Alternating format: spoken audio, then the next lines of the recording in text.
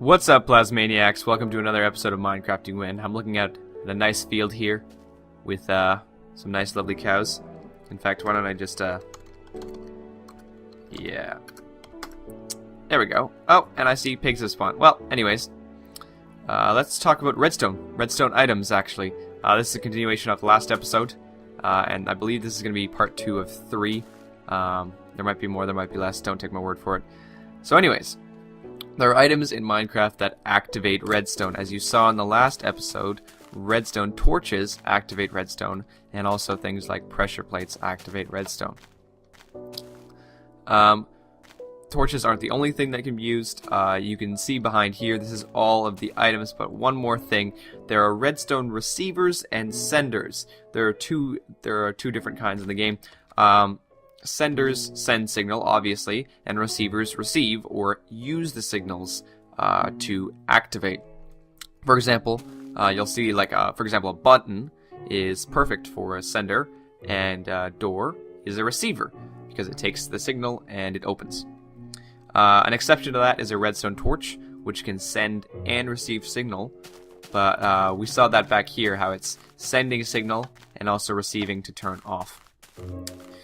Here is a redstone torch next to a door that opened the door. I can't close the door now because it just activates it and keeps it activated. Buttons work very much like this, where you press it, turns on, door opens, right? But only for a second. As soon as it pops back off, the redstone signal is removed and the door reverts to where it was before.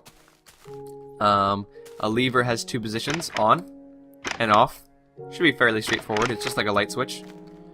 There are pressure pads, stone and wood, that both work when stepped on and open and close the door.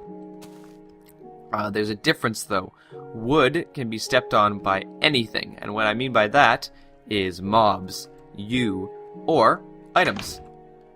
Drop an item and a wood pressure pad, it'll open it. So you can use this kind of like if you're making an adventure map and you have like something blocking you there and you have to throw it over there to open a door. A stone pad does not open with animals, nor does it open with items dropping on it, no matter how many you drop onto it. So those are the 2 differences in pressure pads. Now there's a phenomenon that's with all these things, not just pressure pads, but you can see it with the pressure pads here. Now, when you have 2 pressure pads next to each other, activating next to the doors do a weird thing where they flip. One of them flips signals. I'm not sure if that's a bug or a feature. I'm going to say it's a bug just because I can't see why that's a feature.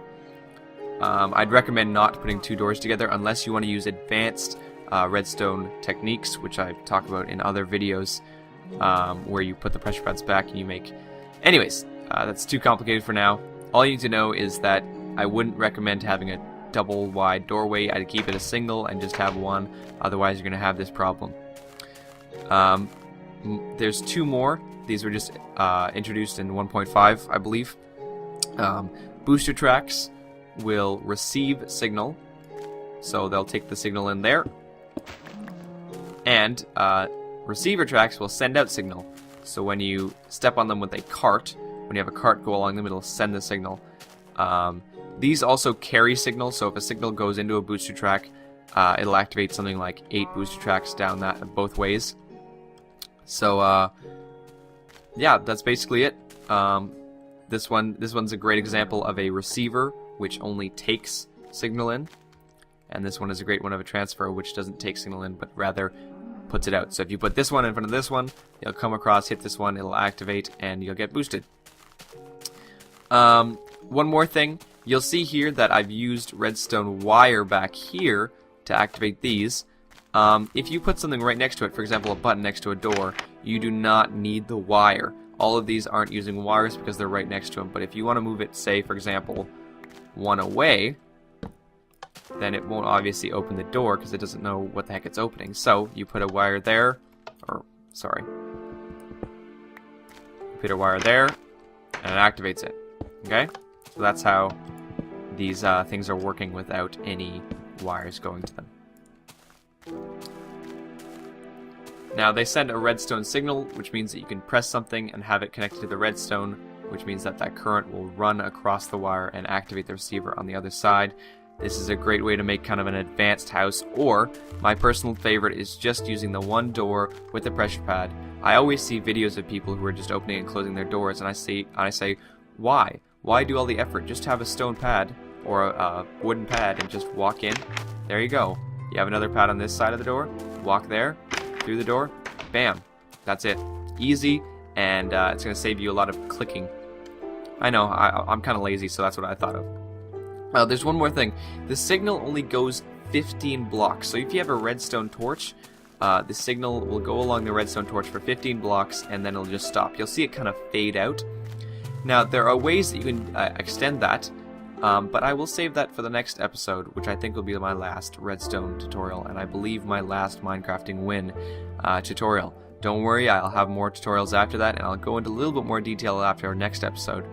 So until then, ta-ta. I actually wrote ta-ta. Man, this must have been like 3 in the morning. See you guys later.